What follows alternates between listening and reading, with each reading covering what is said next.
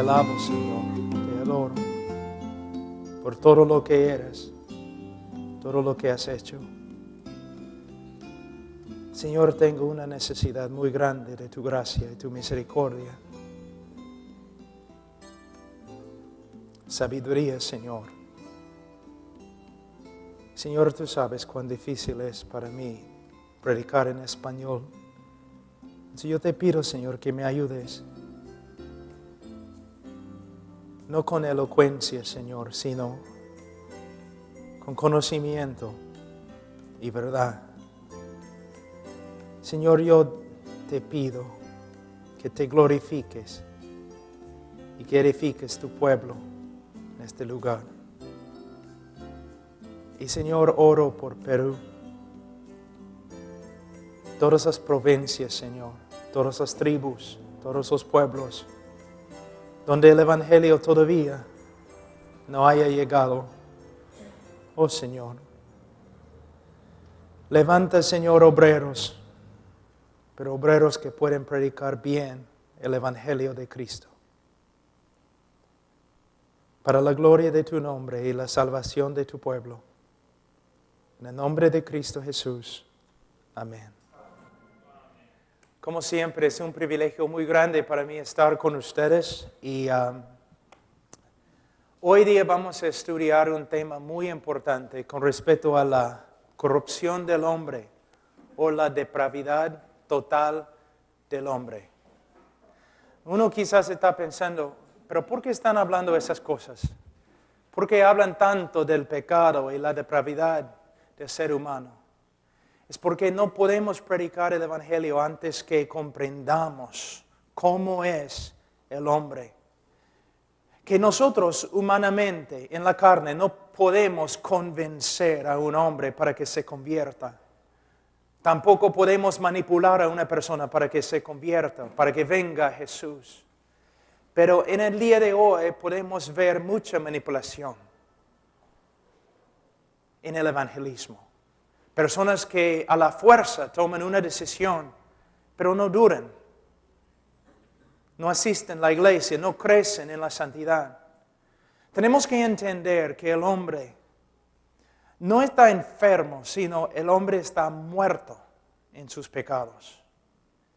Y no puede ser salvo a menos que Dios obre milagrosamente en su corazón. Como dije ayer, muchos teólogos dicen que la manifestación más grande del poder de Dios en el universo es la conversión de un hombre. Que hay más poder de Dios, más poder divino que se manifiesta en la conversión del hombre que en la misma creación del mundo. ¿Por qué? Con respecto al mundo, Dios lo creó ex nihilo, de la nada. Pero cuando Dios hace de un hombre corrupto, un hombre nuevo, recreado a la imagen de Dios, es una obra milagrosa. Como predicadores, no podemos depender del brazo de la carne. Tenemos que depender del Espíritu Santo y su obra en el corazón del ser humano. De una forma, cada uno de nosotros, cuando predicamos o cuando compartimos el Evangelio, nosotros somos como el profeta Ezequiel. Ezequiel, esos huesos pueden vivir. Tú sabes, Señor. Pero Ezequiel sabía, sin una intervención sobrenatural del Espíritu Santo, la respuesta sería no. De la misma forma, en el día de hoy, nosotros como predicadores tenemos una tarea imposible: levantar a los muertos. Nuestra parte es predicar el Evangelio claramente y con poder. Pero Dios es el único que puede dar vida.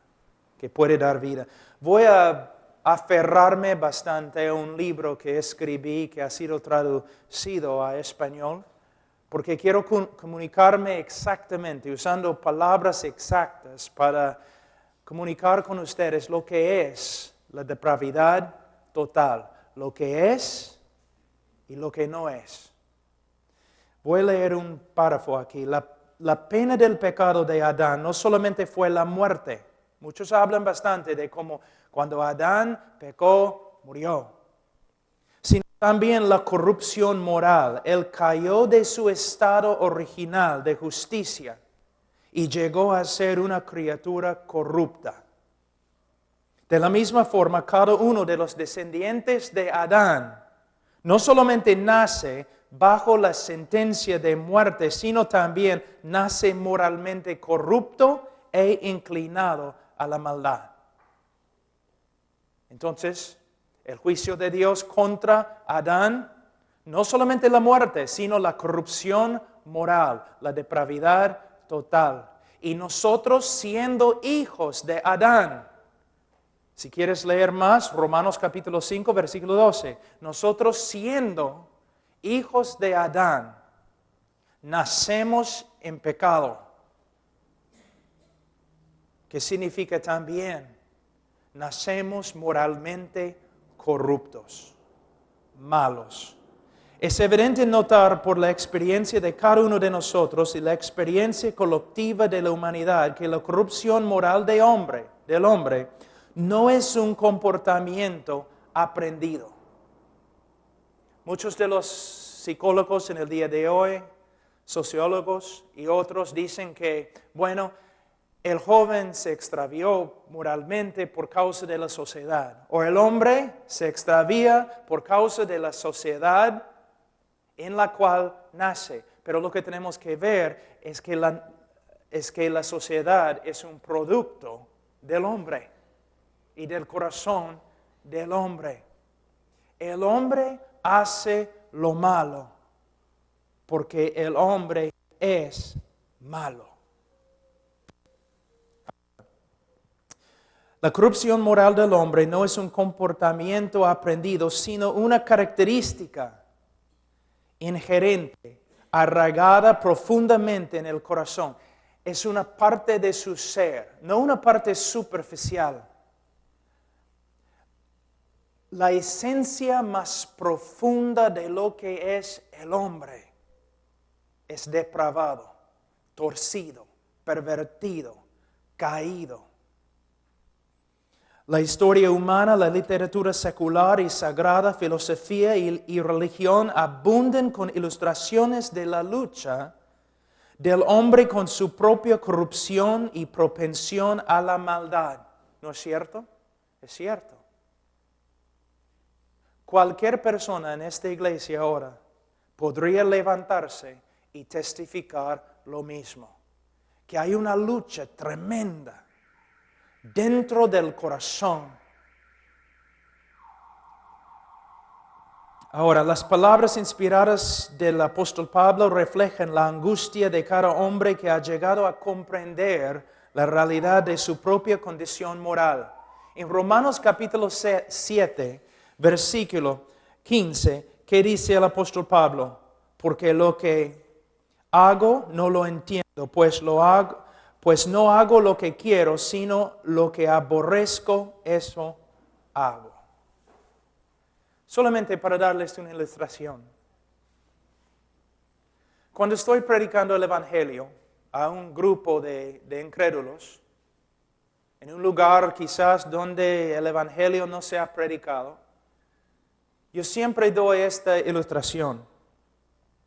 Si yo pudiera, hablando al incrédulo, si yo pudiera quitar tu corazón y yo pudiera poner el contenido de tu corazón en un DVD o video, y si yo pudiera dar ese video aquí, esta noche, ante toda la gente en este auditorio, tú correrías de aquí y nunca regresarías, porque has pensado cosas tan horribles que ni puedes compartirlas con tus mejores amigos.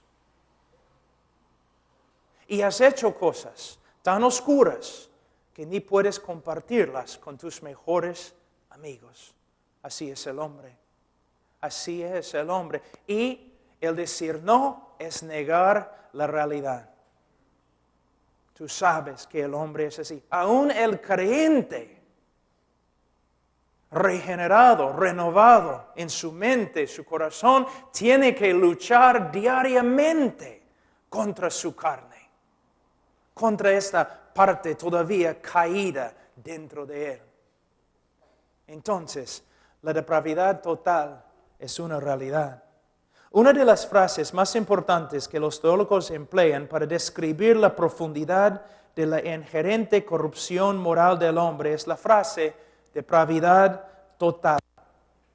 La palabra depravidad proviene de la preposición latina de, que comunica intensidad, y la palabra latina pravus, que significa torcido o pervertido. El decir que algo es depravado significa que su estado original ha sido torcido o pervertido. El decir que el hombre es depravado significa que él ha caído de su estado original de justicia y que su misma naturaleza ha llegado a ser extremadamente corrupta. Cuando los teólogos usan términos como la depravidad total o radical, es importante entender exactamente lo que quieren decir. Y ahora vamos a estudiar lo que no significa la depravidad total y lo que significa. Pero primero me gustaría hablar con ustedes acerca de una cosa muy importante. Y vamos a tocar este tema mañana, Dios mediante. Vamos a hablar mañana del libre albedrío. Pero algo que cuando los predicadores hablan del libre albedrío, se olvidan de algo muy importante. El libre albedrío, o la voluntad de una persona, se relaciona directamente con su naturaleza.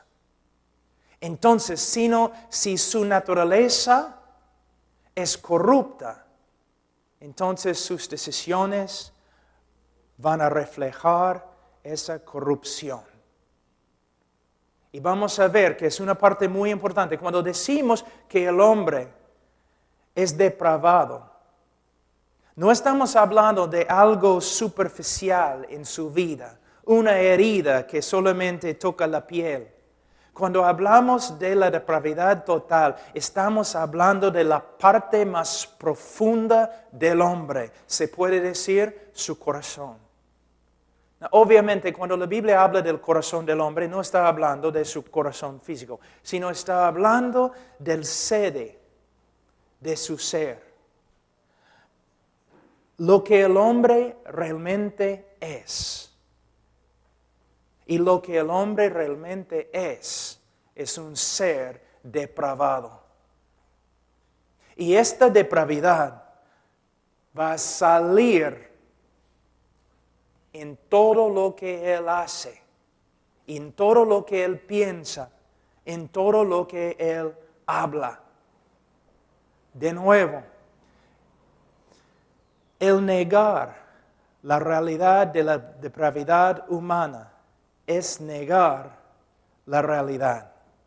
No solamente es lo que los religiosos dicen, sino también los periódicos todos los días. La historia humana también se levanta y testifica que el hombre es depravado. Y la única solución se encuentra en el Evangelio de Jesucristo, pero no un evangelio superficial, un evangelio profundo y verdadero. Ahora, la depravidad total no significa lo siguiente. La depravidad total no significa que la imagen de Dios en el hombre ha sido totalmente perdida en la caída.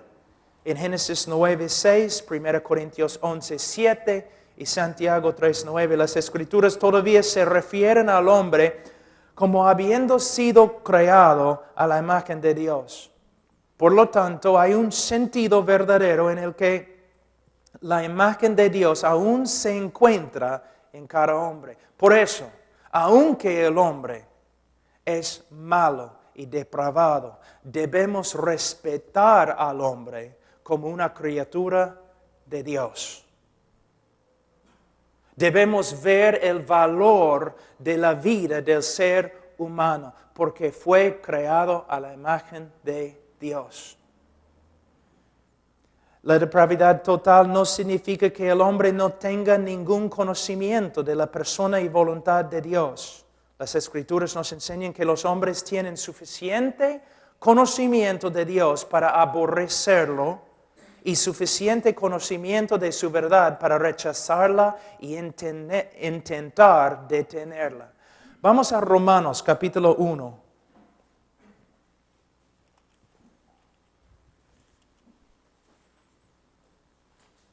Romanos 1.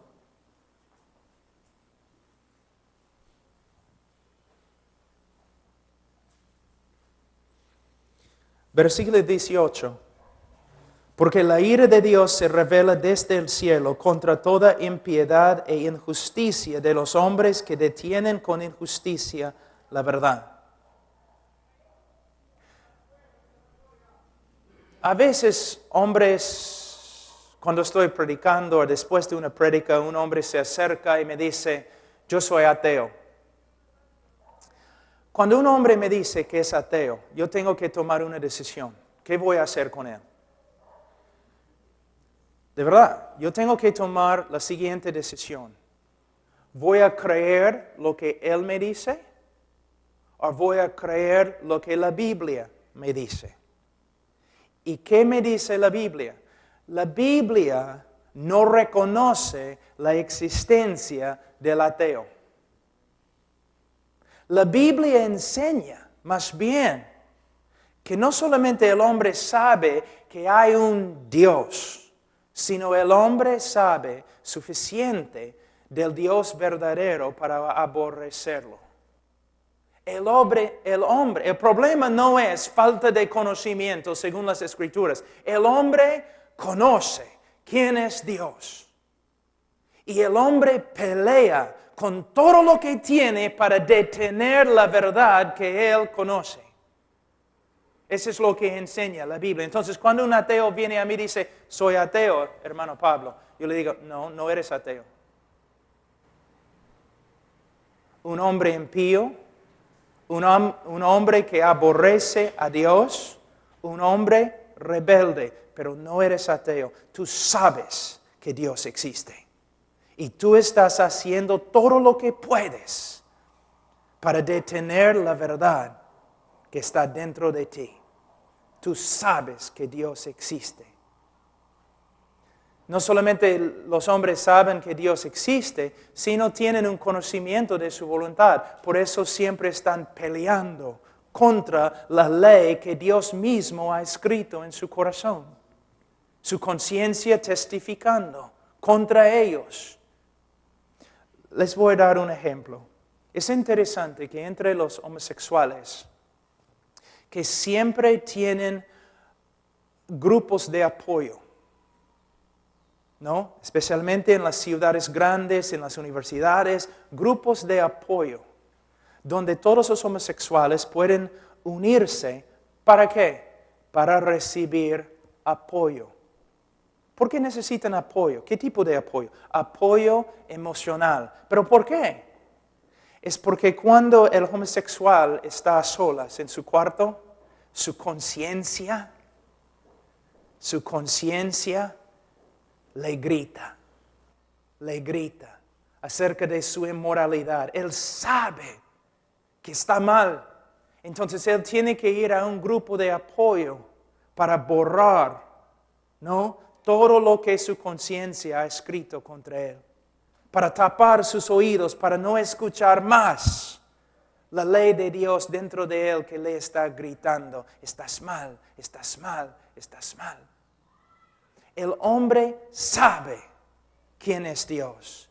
Y el hombre tiene un conocimiento de su voluntad, pero el hombre se esfuerza con todo lo que tiene para detener este conocimiento. Es lo que la Biblia dice. Entonces, la Biblia dice, cuando la Biblia habla de la depravidad total, No está diciendo que el hombre no puede entender nada acerca de Dios. Porque la misma Biblia dice que el hombre tiene tanto conocimiento de Dios que todos los hombres van a ser sin excusa en el día de juicio. Ahora, la depravidad total no significa que el hombre no posea una conciencia o que sea totalmente insensible al bien y al mal. En Romanos 2:15, las Escrituras enseñan que todos los hombres poseen una conciencia. Si no ha sido cauterizado, como en 1 Timoteo 4:2, tal conciencia puede guiar al hombre a admirar virtud y actos nobles. También la depravidad total no significa que el hombre sea incapaz de demostrar virtud. Hay hombres que aman a su familia, sacrifican su propia vida para salvar a otros y hacen grandes obras de generosidad. Se reconoce que los hombres son capaces de amar a otros, servir a su patria y aún llevar a cabo obras religiosas. Pero fíjate, religiosas. La depravidad total no significa que todos los hombres sean tan inmorales o depravados como podrían ser. Que todos los hombres sean igualmente inmorales o que todos los hombres se entreguen a cada forma de maldad que existe. No todos los hombres son delincuentes, no todos son fornicarios o asesinos, pero todos son capaces de tales cosas. Lo que los refrena es la gracia de Dios. Ahora, vamos a ver lo que la depravidad total significa. Primeramente, que la imagen de Dios en el hombre ha sido seriamente desfigurada y que la corrupción moral ha contaminado la persona entera. Todo lo que es el hombre, cada aspecto de su ser, ha sido contaminado con la corrupción moral. Podemos ver en el Nuevo Testamento primeramente el cuerpo. Pablo habla de su cuerpo de muerte. También la razón. En Romanos 1:21 vamos a ver, pues habiendo conocido a Dios, no le glorificaron como a Dios, ni le dieron gracias, sino que se envanecieron en sus razonamientos y su necio corazón fue entenebrecido. En su mente encontramos la corrupción moral. En su razón encontramos la corrupción moral. También las emociones del hombre están corruptas. Puedo usar de nuevo la homosexualidad. Dos personas que se llevan por sus emociones, pero emociones corruptas, emociones que contradicen la voluntad y carácter de Dios. Son emociones de verdad, pero corruptas, muy corruptas. También la voluntad del hombre. Vamos a Romanos 7, un ratito. Romanos 7, 14. Porque sabemos que la ley es espiritual, mas yo soy carnal, vendido al pecado. Porque lo que hago no lo entiendo, pues no hago lo que quiero, sino lo que aborrezco, eso hago. Aquí podemos ver claramente la relación entre la naturaleza caída y la voluntad. Se puede decir, a veces personas me hablan del libre albedrío. Y dicen, ¿el hombre es libre para escoger, para ejercer su voluntad? Bueno, el problema no es libre albedrío. El problema es buena voluntad. El hombre es libre para escoger, pero puesto que su naturaleza es corrupta, él siempre va a escoger lo malo. De nuevo, la voluntad es una esclava a la naturaleza. El hermano nos dio un ejemplo hoy día, voy a dar otro muy parecido de Carlos Spurgeon. Vamos a decir que tengo aquí un plato de ceviche. pero de Sullana, donde el ceviche es mejor. Un plato de ceviche, bien grande, un fuente de ceviche. Y aquí tengo basura. Y atrás tenemos un chancho. Y yo digo, suelta el chancho. ¿El chancho a dónde va a correr? A la basura. ¿Por qué? Es un chancho, pues. Es lo que los chanchos hacen. No se puede separar la voluntad del chancho de la naturaleza del chancho. Y es una buena ilustración de la conversión. Por ejemplo, soltamos el chancho. Él corre inmediatamente a la basura. De la misma manera, el hombre es como un chancho corriendo a la basura del pecado y mete su cabeza dentro del balde y empieza a comer feliz. Pero ¿cómo podemos salvar al hombre? Tenemos que cambiar su naturaleza. Pero ¿cómo podemos cambiar su naturaleza? No podemos, pero Dios puede. Es la obra regeneradora del Espíritu Santo. Un hombre está ahí viviendo en su pecado. No tiene vergüenza. Se gloria en su pecado. ¿Por qué? Porque es pecador. Pero el momento que Dios cambia su naturaleza, el momento que el Espíritu Santo regenera su corazón, Él cambia. No más quiere comer el pecado. No más se gloria en su pecado, sino aborrece el pecado y comienza a vivir como una criatura nueva.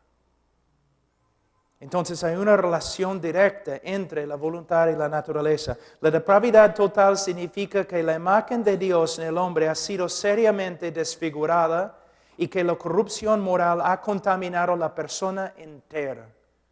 También significa que el hombre nace con una propensión o inclinación hacia el pecado. Todos los hombres son capaces de la más grande maldad, los crímenes más indecibles y las perversiones más vergonzosas. Es lo que enseña la Escritura. En el día de hoy muchas veces predicamos el Evangelio como si el hombre fuera una víctima de las circunstancias. Hasta en las grandes campañas en el día de hoy, ¿no? En la radio, si todo el mundo te ha maltratado, si nadie te ama como mereces, entonces ven a la iglesia esta noche y vamos a hablarte de Jesucristo que sí te ama. Entonces, básicamente estamos diciendo, tú eres una víctima, todos los demás tienen la culpa, y por eso estás quebrantado, pero ven acá y Jesús te va a amar, Jesús te va a sanar. Cuando debemos decir, eres un criminal, te amamos, pero tienes que darte cuenta que eres un criminal. Hasta Romanos 1:30, la Biblia dice, aborrecedor de Dios eres. Y todos tus problemas, toda la vaciedad en tu vida proviene de tu culpa. Pero Cristo murió por los pecadores. Ven esta noche, escucha el Evangelio, un mensaje que sí te puede salvar. Voy a hablar un ratito acerca del aborrecimiento del hombre hacia Dios, porque la Biblia dice claramente en Romanos 1:30 que los hombres son aborrecedores de Dios. ¿Tan contaminada es la naturaleza humana? Sí. ¿Pero qué significa? Bueno, muchas veces cuando predico sobre este tema, una persona se me acerca y me dice, pero yo nunca he aborrecido a Dios. Entonces, de nuevo, tengo que tomar una decisión. ¿A quién voy a creer? ¿A esta persona? ¿O Dios que dice los hombres son aborrecedores de Dios? Pero muchos de verdad creen que nunca han aborrecido a Dios. Pero lo que tienes que entender es la idolatría del ser humano. Una vez un pastor me dijo en Estados Unidos, él me dijo, Pastor Pablo, nosotros queremos que vengas a la iglesia a enseñar una semana sobre los atributos de Dios. Y era una iglesia más o menos liberal, ¿no? Entonces yo dije, bueno, pastor, no creo que es muy sabio que yo predique en tu iglesia sobre los atributos de Dios. Muy controversial. Y él dijo, controversial, pero somos cristianos. ¿Cómo puedes causar problemas predicando sobre los atributos de Dios? Bueno, cuando empiezo a hablar de la santidad de Dios y cuando hablo de la justicia de Dios y cuando hablo de la ira de Dios, muchos de los hermanitos en la iglesia van a levantarse y van a decir, mi Dios no es así, yo nunca podría amar a un Dios así. ¿Ves? Entonces, lo que podemos ver, escúchenme, pastores, mayormente nadie predica sobre los atributos de Dios en las iglesias. Por eso la gente es ignorante de quién es Dios. Entonces, ellos tienen ideas de quién es Dios, ideas no bíblicas. Entonces, no están amando al Dios de la Biblia, sino amando a un Dios que ellos mismos han creado, que es más como Papá Noel que Dios de la Biblia. ¿Te das cuenta? Entonces, toda la gente en la iglesia está diciendo, yo amo a Dios, yo amo a Dios. Pero no saben nada de Dios. Fíjense, mira. Algunos de ustedes se han graduado de seminarios, de institutos bíblicos. ¿Cuántos años pasaron estudiando solamente los atributos de Dios? ¿Cuánto tiempo? Algunos de ustedes están pastoreando años. ¿Cuánto tiempo han pasado solamente enseñando quién es Dios? Y de ahí pensar, ¿pero por qué hay tantos problemas en la iglesia? Ni sabemos quién es Dios. Yo les voy a dar un ejemplo. Es un poco fuerte, pero un día un pastor estaba predicando en Canadá. Estaba predicando ahí en Canadá y un pastor muy conocido, un buen predicador. Y él estaba hablando de la SIDA como un juicio de Dios. La SIDA, el SIDA, como el juicio de Dios. Y una hermana se levantó en medio de su prédica y gritó, no puede ser, el SIDA no es el juicio de Dios para nada. Entonces el predicador dijo, ¿por qué hablas así? Bueno, el SIDA no puede ser el juicio de Dios porque los niños también mueren con SIDA y Dios no juzgaría a los niños así.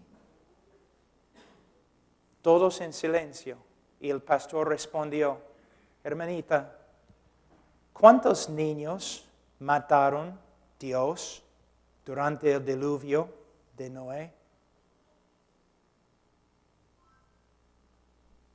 Te fastidia, ¿no? Lo que dije. Es un Dios. Es peligroso. No es Papá Noel. Es Dios. Hay que temer a Dios. ¿Cómo vas a temer a Dios si ni conoces a Dios? Mi Dios nunca haría tal cosa, pero el Dios de la Biblia sí. Dios de la Biblia, sí. Les voy a mostrarles algo que estábamos viendo esta mañana. Vamos a jugar un poco. Yo voy a dirigir la música ahora. ¿Okay? Vamos a Salmos 36. Les voy a mostrar algo. 136, lo siento. Salmos 136.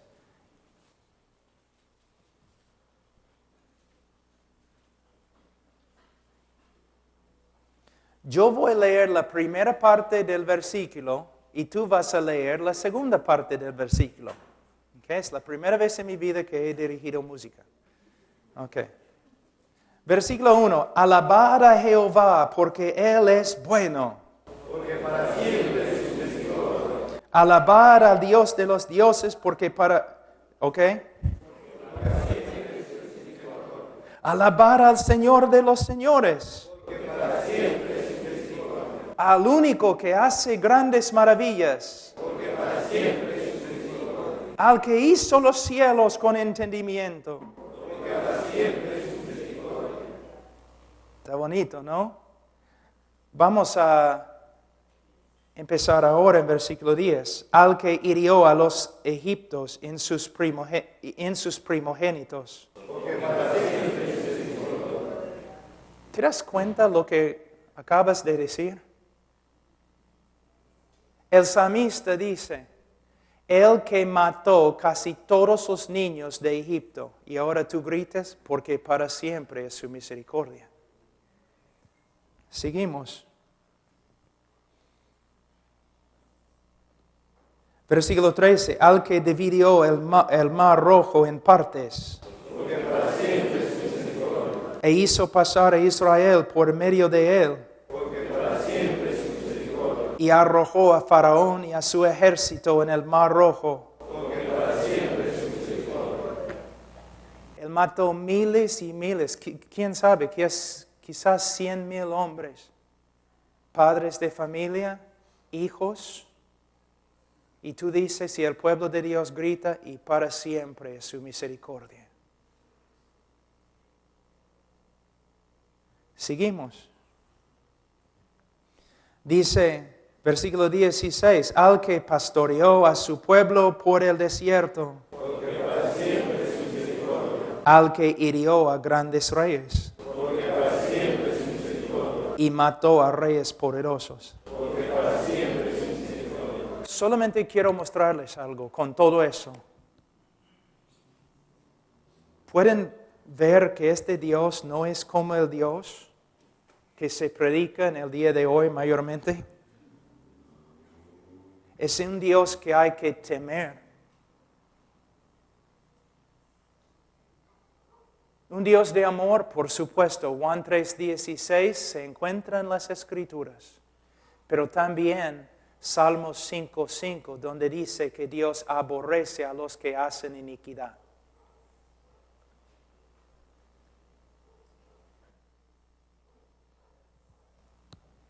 Por eso el hombre es aborrecedor de Dios, aún muchos que van a la iglesia, porque de sus predicadores lo único que ellos han escuchado es algo como Papá Noel, o un Dios que me va a dar todo lo que le pida, un Dios que me va a sanar, un Dios que me va a dar victoria, un Dios que me hace prosperar, y un Dios también que posiblemente te puede matar.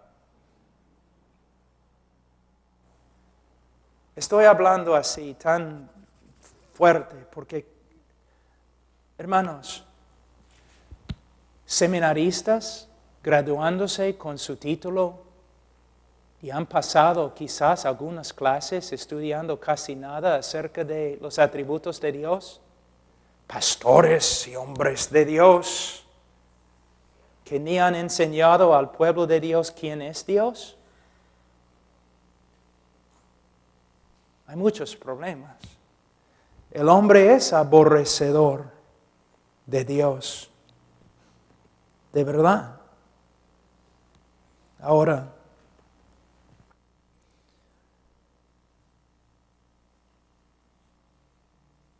otra cosa que me gustaría decir, que la depravidad total significa que el hombre nace con una propensión o inclinación hacia el pecado. Todos los hombres son capaces de la más grande maldad, los crímenes más indecibles y las perversiones más vergonzosas. Les voy a dar una ilustración que no les va a gustar, pero así es la corrupción de un ser humano. Vamos a decir que tengo un niño de 18 meses en mis brazos. Y ahí está, ¿no? Pero el niño ve, ¿no? Mi anillo. Y agarra mi anillo. Y yo digo, no. ¿Y cómo responde el niño? Está bien, papá, no voy a tocarlo más. No es como responde.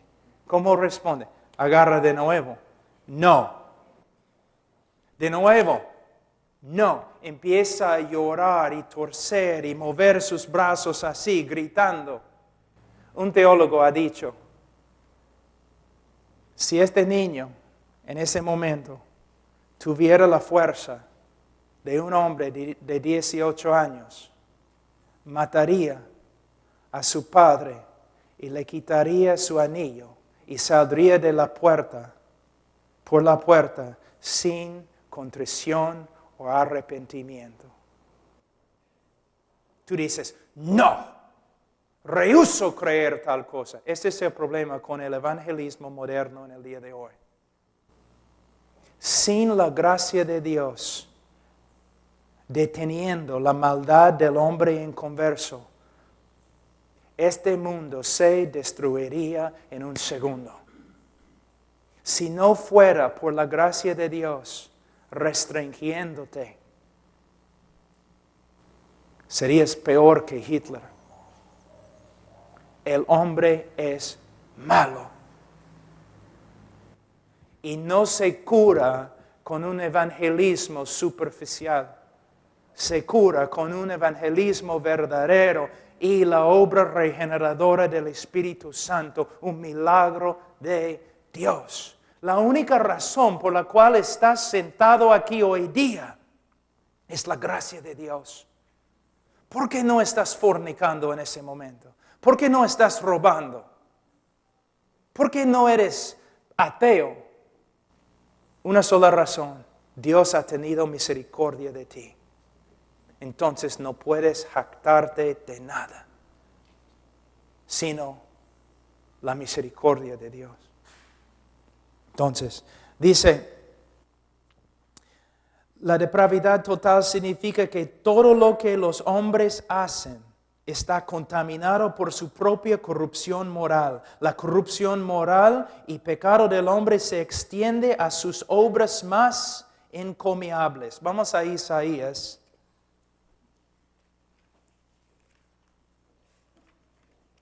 ...64...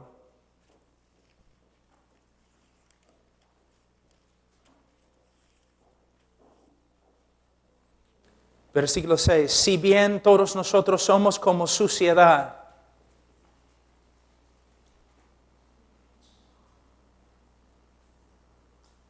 y todas nuestras justicias como trapo de inmundicia. El hombre carnal es así. El hombre inconverso es así. ¿Te das cuenta que casi todos los hombres en la calle se creen salvos por medio de sus buenas obras? Hoy día hablé con un hombre que entró y me dijo, wow, pastor, ¿estás aquí? Soy también cristiano. Sí, soy cristiano, creo en el Señor, soy cristiano. Yo le pregunté, hermano, si murieras ahora mismo, ¿dónde irías? Bueno, no estoy seguro, quizás al cielo, quizás al infierno, porque tengo algunas buenas obras y creo que... ¿Dónde aprendió su cristianismo? Hermanos, por esta causa, el apóstol Pablo trabaja con todo lo que tiene en Romanos 1, 2 y 3 para exponer el pecado del hombre, para matar una vez para siempre esta esperanza vana de que el hombre puede salvarse o presentarse ante Dios con sus obras. Por eso hablamos de la depravidad humana, para matar esta herejía una vez para siempre, para que los hombres que se glorían en Cristo. ¿Ves? Imagínense que yo trabajé un poquito con los leprosos de San Pablo cerca a Brasil, en el río Amazonas. Y es algo de verdad que te asusta. La lepra es una de las enfermedades más espantosas que hay. Imagínense, vamos a decir que tenemos un leproso aquí hoy día. Si tuviéramos un leproso aquí, lo habrías olido antes de entrar. Apestan. Y tiene saliendo de su cuerpo sangre y pus. Es horrible. Imagínense que nosotros tenemos aquí hoy día un leproso y todos nosotros decidimos, bueno, tenemos que ayudarle un poco. Tenemos que arreglar su vida, ¿no? Entonces, aquí es lo que vamos a hacer. Vamos a Gamarra y vamos a comprar una tela muy, muy fina. La mejor que hay, de sede. Y vamos a venir y vamos a envolver al pobre en la tela para hacerle presentable, ¿no? A todos. Entonces, compramos la tela, regresamos, hacemos un traje o algo así y ya está. Bonito. Algunos segundos. Pero la corrupción del mismo hombre va a corromper toda la tela hasta que la tela sea tan fea y asquerosa como el hombre mismo. Por eso, nuestras buenas obras no pueden salvarnos, porque nuestras buenas obras son tan sucias y depravadas como nuestro mismo corazón. Ahora, estoy hablando del no creyente, del hombre natural, el hombre caído. Pero en la calle hay hombres que están caminando por todos lados creyendo que son salvos por medio de sus buenas obras y muchos de ellos han escuchado prédicas evangélicas. Es importante que denunciemos el pecado en el hombre, que trabajamos, que nos esforzamos a exponer cómo es la condición verdadera del hombre, para que el hombre pueda entonces ser salvo. Ahora, la depravidad total significa que las obras de los hombres no son el resultado. Eso es muy importante. Las obras de los hombres no son el resultado de su amor para con Dios o un deseo de obedecer sus mandamientos. Ningún hombre ama a Dios de una manera digna o como su ley demanda, como en Deuteronomio y Mateo, con todo su corazón, con toda su fuerza. Tampoco hay un hombre que glorifique a Dios en pensamiento, palabra y obra, aunque Dios merece que le glorifiquemos si tomamos agua o comemos comida. Todos los hombres se prefieren a sí mismos que a Dios. Voy a leer de nuevo. Todos los hombres se prefieren a sí mismos que a Dios, y todas las obras de generosidad, heroísmo, lealtad y devoción religiosa son el resultado del amor del hombre para con sí mismo, pero no de un amor verdadero y sincero para con Dios. Hablando del hombre natural, sin Cristo. Les voy a dar un ejemplo. Nosotros siempre estamos pensando horizontalmente en vez de verticalmente. Por ejemplo, cuando testifico a una persona, dice, bueno, voy a ir al cielo porque soy un buen esposo, soy un buen padre, trabajo duro para mi jefe, nunca he matado a nadie. Está pensando ¿cómo? Horizontalmente, así. Voy a ir al cielo por medio de lo que he hecho a los hombres. Pero mira, ni está pensando en su relación con Dios. Tengo una pregunta. Un ateo que tiene un enemigo, un ateo en Lima que tiene un enemigo en Piura. Un enemigo que lo aborrece. Pero el ateo en Lima descubre que su enemigo está muriendo de una enfermedad bien grave.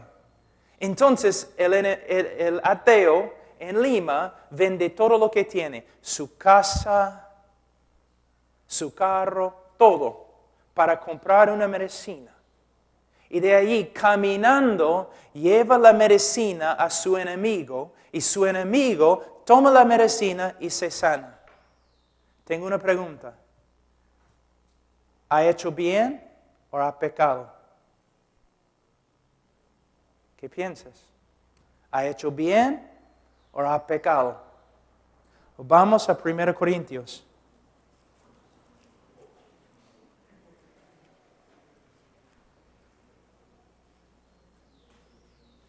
Días.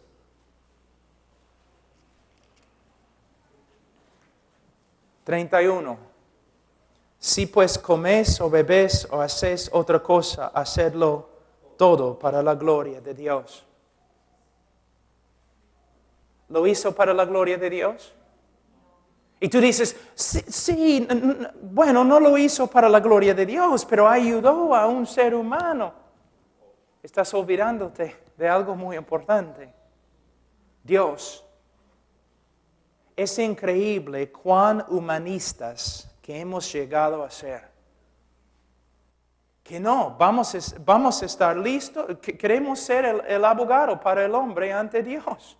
Dios no puede juzgar a ese hombre porque él ayudó a otro hombre. Y no podemos ver la grandeza de Dios. Que Dios es el centro de todo, que Dios es el merecedor de toda la gloria, toda la honra, que todo lo que hacemos debemos hacerlo para la gloria de Dios. Pero no podemos ver estas cosas en el día de hoy porque los predicadores evangélicos no están enseñando acerca de quién es Dios. De hecho, el hombre es todo, me parece, en la iglesia evangélica. El hombre es todo. Todo para el hombre. Dios existe para el hombre. Todo existe para el hombre. No. Todo existe para la gloria de Dios. Les voy a extraviarme un poco aquí, pero vamos a hablar un ratito de la gloria de Dios.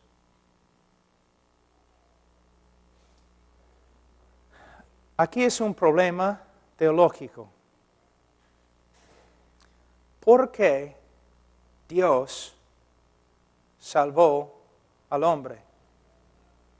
Tú dices, bueno, Dios salvó al hombre porque ama al hombre. ¿Ok? ¿Por qué Dios ama al hombre? Esa es la pregunta. Tiene que haber una razón. Uno de los teólogos más grandes en el mundo, Jonathan Edwards, dijo que las criaturas razonables tienen que tener un fin razonable, una razón por la cual hacen todo. Entonces, si Dios salva al hombre porque ama al hombre, la próxima pregunta es, ¿pero por qué ama al hombre?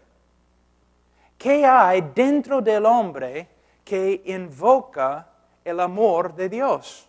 O vamos a ver, el hombre es depravado, impío, pecador, enemigo de Dios, amador de sí mismo. Entonces podemos escudriñar la vida del hombre años y años y años y no vamos a encontrar ninguna razón dentro del hombre por la cual Dios lo ama.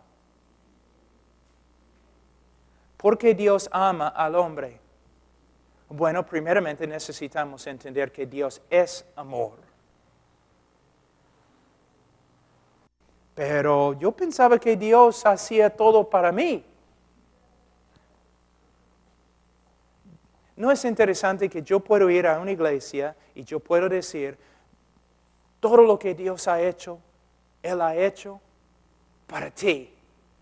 Y todos dicen, amén.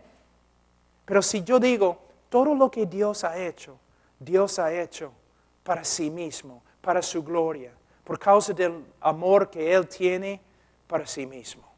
Todos dicen, pero yo no creo que está correcto.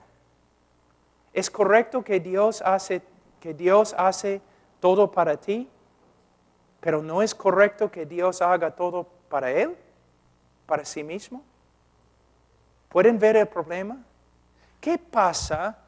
Otra cosa, hay una canción en Estados Unidos ahora muy, muy popular que dice, Dios ama a las personas más que cualquier otra cosa. ¿Está bien en español? No, Dios ama a sí mismo más que cualquier otro ser, cualquier otra cosa. Dios ama a sí mismo. Tengo una pregunta. ¿Cómo se llama cuando tú amas a una persona o una cosa más que amas a Dios? ¿Cómo se llama? Idolatría. No debes cometer idolatría. Tampoco debe Dios cometer idolatría. Dios debe amarse, porque Él es el más digno de amor. Si Él no se ama a sí mismo más que a todos los demás, Él está negando la realidad de quién es. Es Dios. Yo tengo un problema. No, Él debe amarme a mí. Ahora, vamos a hablar un ratito de la gloria de Dios, que Dios hace todo lo que hace para su propia gloria. Dios hace todo lo que hace para su propia gloria. Yo voy a mostrarles que no solamente es correcto, pero es algo que resulta en grandes bendiciones para la creación y su pueblo. Les voy a dar un ejemplo. Vamos a decir que estoy parado ahí atrás al final de la reunión y cuando estás pasando por la puerta, yo te doy un chicle. Yo te doy un chicle. Y tú mires al chicle. Y tú sales corriendo y tú vas a todos tus amigos. Mira, es un chicle. Pastor Pablo me ha dado un chicle. Y tú llamas a los periodistas. Y mañana sale en el periódico, Pastor Pablo me ha dado un chicle. Y después, 30 años después, todos tus nietos están alrededor de tu silla y ellos dicen, oye, abuelo o abuela, ¿quién es este hombre en esta foto acá? Es Pastor Pablo. ¿Por qué está allí? ¿Es familiar o algo? No, un día él me regaló chicle. Bueno, tú necesitas consejería, ¿no? Tú tienes problemas severos. Pero ¿qué pasa si tú estás muriendo y necesitas un trasplante? ¿Ya? Entonces, yo voy al hospital y yo digo a los doctores, mira, toma mi corazón. Y dáselo. Entonces me operan y muero. Y tú te levantas el próximo día vivo. Entonces, si tú dices a todos tus amigos, Pastor Pablo me ha dado su corazón, tienes razón. Si llamas a los periodistas y tú dices, mire, yo estaba muriendo y que ni me conoce, me dio su corazón. Y si 30 años después tus nietos te preguntan, ¿quién es este? Tú puedes decir, si no fuera por ni estarías acá. Él me ha dado su corazón. Entonces, se puede decir que la grandeza del regalo demuestra la grandeza del amor que uno tiene para con el otro. ¿Me entienden? Por favor, ayúdame, porque muchas veces no sé si estoy hablando bien. Ahora, si Dios quiere demostrar el amor más grande que tiene a su creación y especialmente a su pueblo, ¿qué debe hacer? Él debe darles el regalo más grande que Él puede dar. ¿Cuál es el regalo más grande que Él puede dar? Él mismo. el juicio más terrible de Dios contra un pueblo es cuando Él se esconde. El regalo más grande, el favor más grande que Él puede dar a una persona, a un pueblo, es manifestarse en la plenitud de su gloria.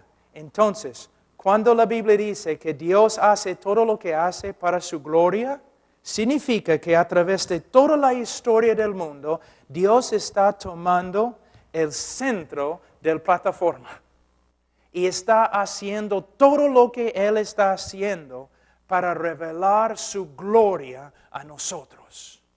Entonces, aunque la Biblia dice que Dios hace todo lo que hace para su propia gloria, también sabemos que este acto de glorificarse es lo mejor que Él puede hacer para nosotros. Pero el problema es, muchos hombres se aman a sí mismos más que a Dios y desean comodidades, desean cosas, desean su propia voluntad más que una manifestación de la gloria de Dios en su vida. Ahora, el hombre religioso, allí cargando un ídolo, una imagen en la calle, ¿por qué lo hace? No puede decir que está haciéndolo por amor de Dios. ¿Por qué? Porque está haciendo algo contrario a la voluntad de Dios.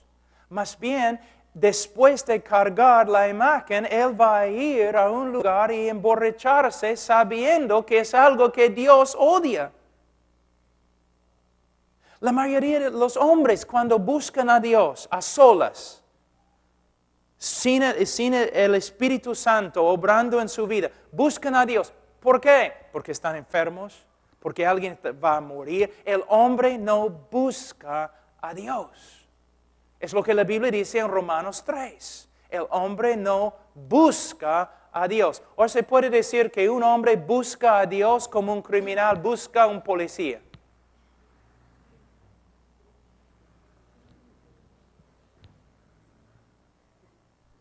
Recuerden lo que dijo Jesús. Ustedes no quieren venir a la luz porque sus obras son malas. Y vamos a hablar de esa verdad mañana. Ahora, la depravidad total significa que la mente del hombre es hostil hacia Dios, no puede sujetarse a la voluntad de Dios y no puede agradar a Dios. Romanos 8. Romanos 8, 7. Por cuanto los designios de la carne son enemistad contra Dios, porque no se sujetan a la ley de Dios, ni tampoco pueden. Y los que viven según la carne no pueden agradar a Dios. Wow. El hombre no puede. Ahora, un ratito voy a hablar de esta frase, el hombre no puede. Muchos dicen, si el hombre no puede buscar a Dios, si el hombre no puede encontrar a Dios, si el hombre no puede obedecer a Dios, entonces el hombre no es culpable. No podemos juzgar a un ciego porque no puede leer un mapa. No podemos condenar a un hombre sordo porque no nos escuche. Entonces, si el hombre no puede buscar a Dios, si el hombre no puede encontrar a Dios, si el hombre no puede obedecer a Dios, todo lo que la Escritura dice, entonces el hombre no es culpable.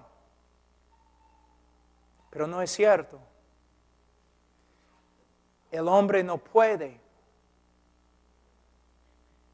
porque el hombre aborrece tanto a Dios. Les voy a dar un ejemplo. Aquí tengo mis notas acá, creo. Aquí. Vamos a avanzar un poco más hoy día. Escuchen un versículo muy importante en Génesis 37:4. Y viendo sus hermanos, los hermanos de José, que su padre lo amaba más que a todos sus hermanos, le aborrecían y no podían hablarle pacíficamente. Fíjense en la palabra, no podían hablarle pacíficamente. No, tengo un problema.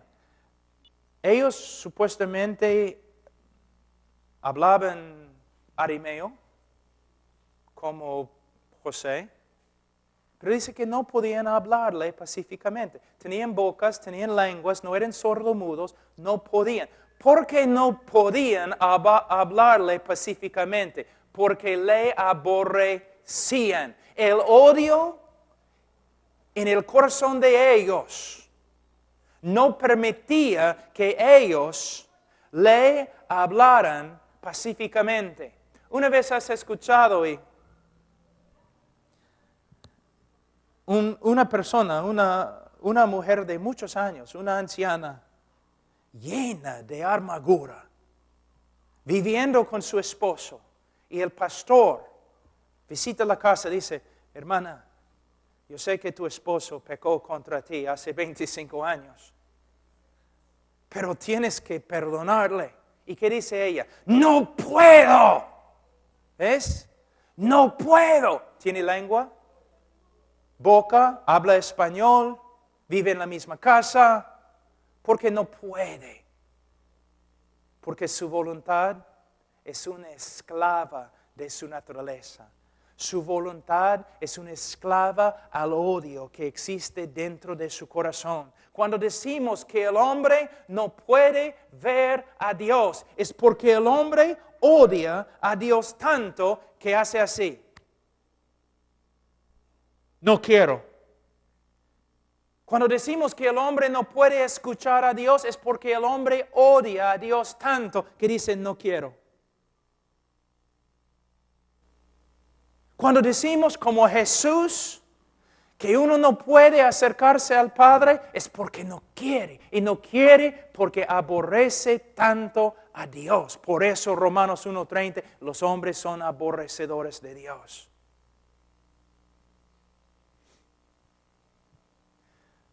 Aunque es mi opinión, yo les someto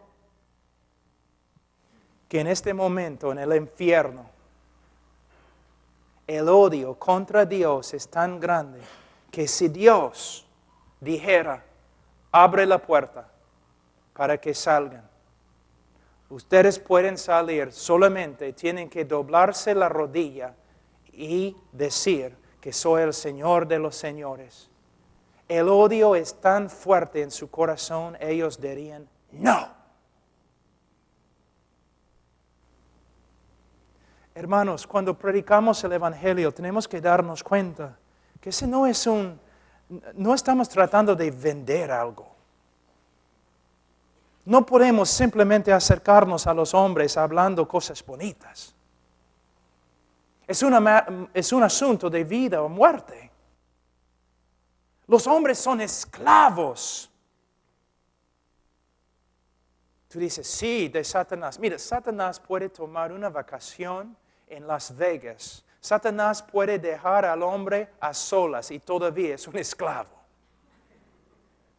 Una vez yo fui a predicar en una iglesia y cuando entré en la iglesia había un montón de testimonios y todos estaban diciendo como durante la semana Satanás había hecho tantas cosas. Entonces cuando ya llegó mi oportunidad de predicar, yo subí al púlpito y yo dije, tengo una profecía, una visión que he tenido. Cuando yo estaba subiendo la escalera de esta iglesia, yo vi a Satanás, estaba sentado fuera y me creían. Decían, ¿qué hacía? Bueno, él estaba llorando. ¿Llorando? ¿Por qué? Bueno, yo le pregunté, ¿por qué estás llorando? Dijo, porque todos esos pecadores están haciendo un montón de cosas dentro de esa iglesia y me están culpando. Mira, es cierto, la Biblia enseña que el hombre pecador es esclavo de Satanás, pero tenemos que darnos cuenta, no somos víctimas de Satanás. El hombre es tan malo que en vez de decir, por ejemplo, no, Satanás, fuera de Jorge, a veces debemos decir, Jorge, fuera de Satanás. Y si te llamas Jorge, lo siento. No, quizás el Señor está tratando de hablarte. Hermanos, mira cómo es. Por eso, de nuevo, hermanos, no somos profetas con un mensaje sobrenatural, o no somos nada. No somos hombres de negocio ni vendedores de un producto. Somos predicadores del Evangelio. Para terminar, la depravidad total significa que la humanidad está inclinada a más y más corrupción moral y que esta deterioración sería aún más rápida si no fuera por la gracia de Dios que detiene la maldad de los hombres. ¿Qué significa? Una vez has pensado, ¿por qué Hitler era tan horrible? O ¿por qué Hitler no era peor? Por lo menos amaba a su mamá. ¿Por qué Hitler no era peor? Una vez has pensado, ¿por qué no soy peor que Hitler?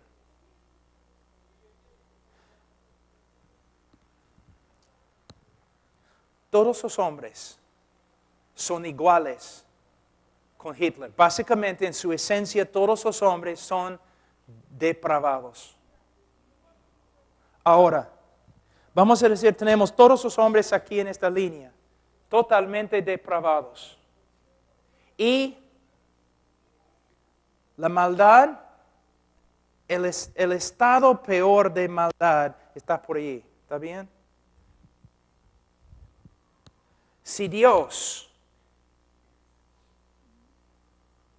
no interviene, cada uno de nosotros con Hitler, vamos a correr al punto más grave de la maldad, así. Pero si esto sucede, no va a haber ningún mundo, no va a haber una raza humana. Se destruye al toque, no hay una obra de redención, no hay nada. Entonces, ¿qué hace Dios? Él restringe la maldad del hombre. En su soberanía, Él restringe la maldad del hombre para que la humanidad pueda continuar y para que Él pueda lograr su obra de redención dentro de la humanidad. Pero, como Faraón, si Dios quiere, Él puede retirarse de un hombre. Y el hombre va a ir corriendo. No a la fuerza, su propia voluntad. ¿Quieres hablar de libre albedrío? Ahora el hombre está ejerciendo su libre albedrío, corriendo a la maldad hasta que Dios lo detenga. Y la única razón por la cual no eres peor que Hitler es porque Dios ha tenido misericordia de ti. Así es el hombre. La única razón por la cual estás aquí, escuchando la palabra de Dios, es la gracia de Dios. Número 7 es el último. La depravidad total significa que el hombre no puede librarse de su condición pecadora y depravada. Él está muerto espiritualmente, Efesios 2, 1 a 3, corrupto moralmente, Salmos 51:5, y no puede cambiarse a sí mismo, Jeremías 13:23. Así es el hombre. Así es. Y por eso el Evangelio es tan importante. Hermanos, 3 años después de casarme, yo compré un anillo con una diamante para mi esposa. Fuimos a una tienda y yo dije al hombre, quiero comprar un diamante. Y él dijo, bueno, ¿cuánto quieres pagar? Cuando yo le dije, él empezó a reírse Entonces él dijo, bueno, voy a tratar de encontrar algo, ¿no? Entonces él regresó por fin con una cajita así, abrió la cajita y aquí, Señor, en la mesa, tu diamante. ¿Dónde? Yo veo un aro, no veo diamante. De ahí, bien vivo ese hombre. No era peruano, pero quizás descendiente de peruano. Bien vivo. Él regresó y salió de nuevo con una tela negro. Y puso la diamante encima de la tela negro. Y de allí yo podía ver el diamante. Mi esposa no, pero es otra historia. Yo podía ver, de verdad, Charo, te juro, hay un diamante ahí. ¿No? La oscuridad de la tela. A través de la oscuridad de la tela resplandecía el diamante. Por eso, cuando yo escucho acerca de la depravidad humana, no me entristece, me da gozo, porque en la oscuridad de mi humanidad resplandece la gracia de Dios en la cara de Jesucristo. ¿Quieres exaltar al hombre? Háganlo. ¿O quieres humillar al hombre para que Dios se exalte? Esa es la diferencia. Esa es la diferencia. Ahora, oremos. Padre Santo, te damos gracias por tu palabra. Ayúdanos, Señor, a entenderla y obedecerla y caminar, Señor, en humildad ante ti, sabiendo de gracia hemos recibido. Y hasta la eternidad, Señor, solamente seremos destinatarios de tu gracia. Ningún otro título, Señor, necesitamos. Salvados por la gracia de Dios. En nombre de Cristo Jesús.